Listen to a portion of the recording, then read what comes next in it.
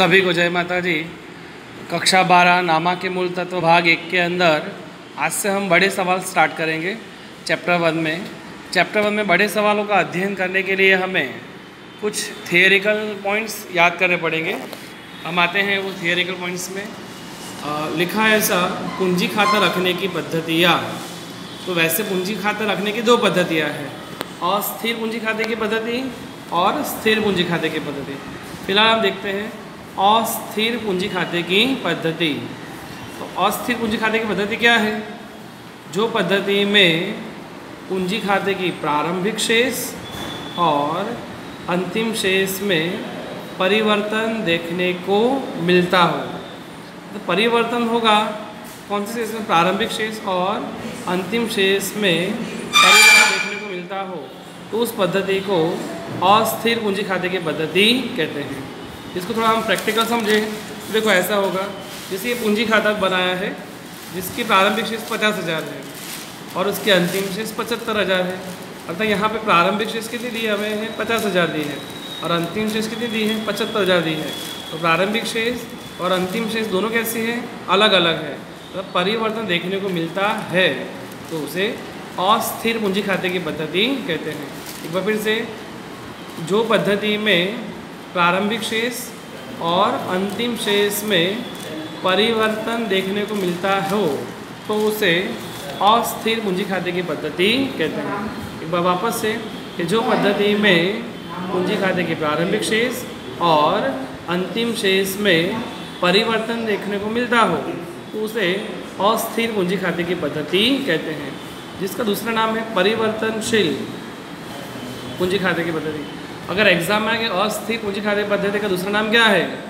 परिवर्तनशील पूंजी खाते की पद्धति में अस्थिर में एक खाता बनाया जाता है, साझेदारों का पूंजी खाता बनाया जाता है। कौन सा खाता बनाते हैं? अस्थिर में पूंजी खाता। तो दूसरी पद्धति बाद में देखेंगे, पहले पूंजी खाते के बारे में समझते हैं। पूंजी खाते में हम बनाते हैं उधार जमा तारीख विवरण, साझेदारों के नाम जैसे एक्स वाई, दो साझेदार को दो एक्स वाई, माने तारीख विवरण एक्स और वाई।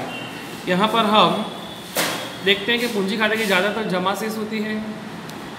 पूंजी खाते की जमा शेष होती है, जैसे कि जमा शेष हो तो जमा शेष में हम लिखते हैं कि जमा पक्ष में लिखेंगे 1/4 प्रारंभिक पूंजी को लिखेंगे हम शेष आगे लाए।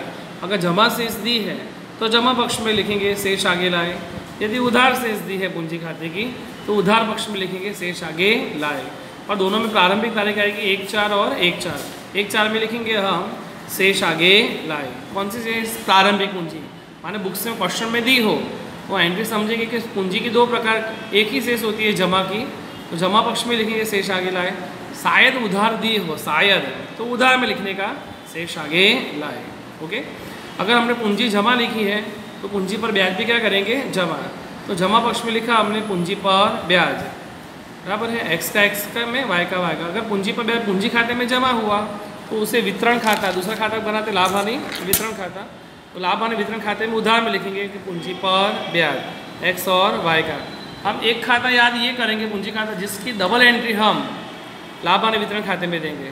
जैसे अभी मैंने एक एंट्री समझाया आपको, पूंजी पर ब्याज अगर पूंजी खाते में जमा हुआ तो वितरण खाते में उसकी विरुद्ध असर क्या हो जाएगी? उधार, पूंजी पर ब्याज। आगे देखते हैं, आहरण खाता उधार होता है, पूंजी खाते उधार में क्या लिखेंगे? आहरण। आहरण, और अगर आहरण उधार है तो आहरण पर ब्याज भी क्या होगा? उधार ही होगा।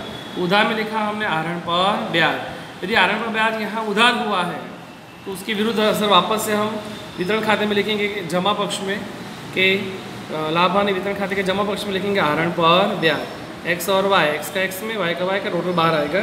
अर्थात हमने यहाँ दो शेष आगे लाए और शेष आगे लाए, दोनों की एक एक एंट्री होती है, जबकि ब्याज की डबल एंट्री हमने की। पूंजी पर ब्याज अगर हमने यहाँ जमा किया, पूंजी पर ब्याज अगर हमने यहाँ जमा किया है तो वितरण खाते क्या करेंगे? उधार। जबकि उधार पूंजी खाते उधार में किया, आहरण पर ब्याज उधार किया है तो आहरण पर ब्याज हम लाभ हानि वितरण खाते में जमा करेंगे। अच्छा, आगे देखते हैं। अभी हमने दो एंट्री याद की, समझ में आई सबको? एक बार रिपीट करता हूँ। पूंजी पर ब्याज, आहरण पर ब्याज, इसकी डबल एंट्री हुई, जबकि शेष आगे लाए और ये आहरण की एक असर होती है, सब बाकी सबके डबल असर हम देंगे। आगे देखेंगे हम पूंजी पर ब्याज हो गया, यहाँ उधार जमा था तो हमने यहाँ पे क्या किया, उधार। जबकि आहरण उधार है तो आहरण पर ब्याज हम पूंजी खाते में क्या करेंगे, उधार। तो वितरण खाते में क्या करेंगे, जमा। ओके, आगे देखते हैं कि साझेदारों को चुकाया ब्याज, वेतन, बोनस, कमीशन या पारिश्रमिक। साझेदारों को क्या चुकाया, ब्याज, वेतन, बोनस, कमीशन या पारिश्रमिक। अगर यहाँ जमा है, पूंजी खाते में जमा है, तो वितरण खाते में उसे उधार करेंगे। यहाँ उधार करेंगे वितरण खाते में। साझेदारों को चुकाया ब्याज, वेतन, बोनस, कमीशन या पारिश्रमिक, बराबर है।